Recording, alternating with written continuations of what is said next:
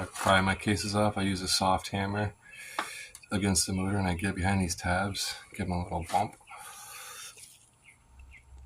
Another quick thing I do before disassembly is I run a little air through the oil filler, just blast while I'm draining the oil. And this thing is so clean. Usually there's like tons of drips and a bunch of mess to deal with. That's why I have this foil here. But absolutely no oil in the case. I just put a glove in here with the air nozzle. And I think I'm going to do that from now on. The basket looks like it's in really good shape. I have a couple baskets for this style motor, and for some reason the way that this was giving me like bad engagement symptoms, like about 70% engagement, and then it would slip. I mean, it's got so much horsepower and torque that I thought this would be much more chewed up. I was just in this basket and I filed them as flat as I can get them. I'll take it further apart and have a look. Right, basket looks pretty good. These are brand new fibers, and the steels are starting to show a little wear, but I think they're okay.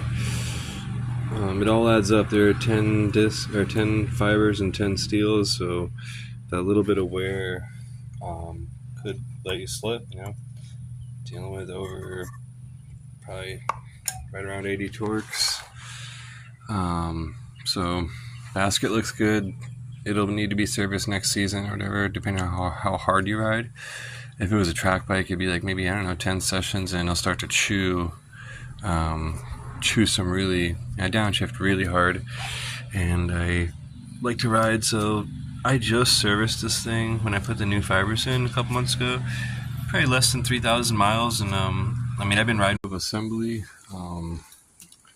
Basket and the clutch plates and friction plates look good. I sequentially add pressure to these real gently, right? They are like an inch threaded or whatever.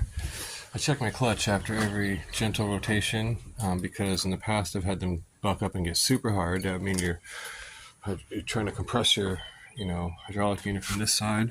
So I bleed the hydraulic unit and continue. I sequentially add a little bit of tighten, check my clutch, bleed it if it's tight, and then I'm going to look up the torque specs and tighten these down. Now, whenever I can, I like to reuse the old gasket. It's not possible in this case.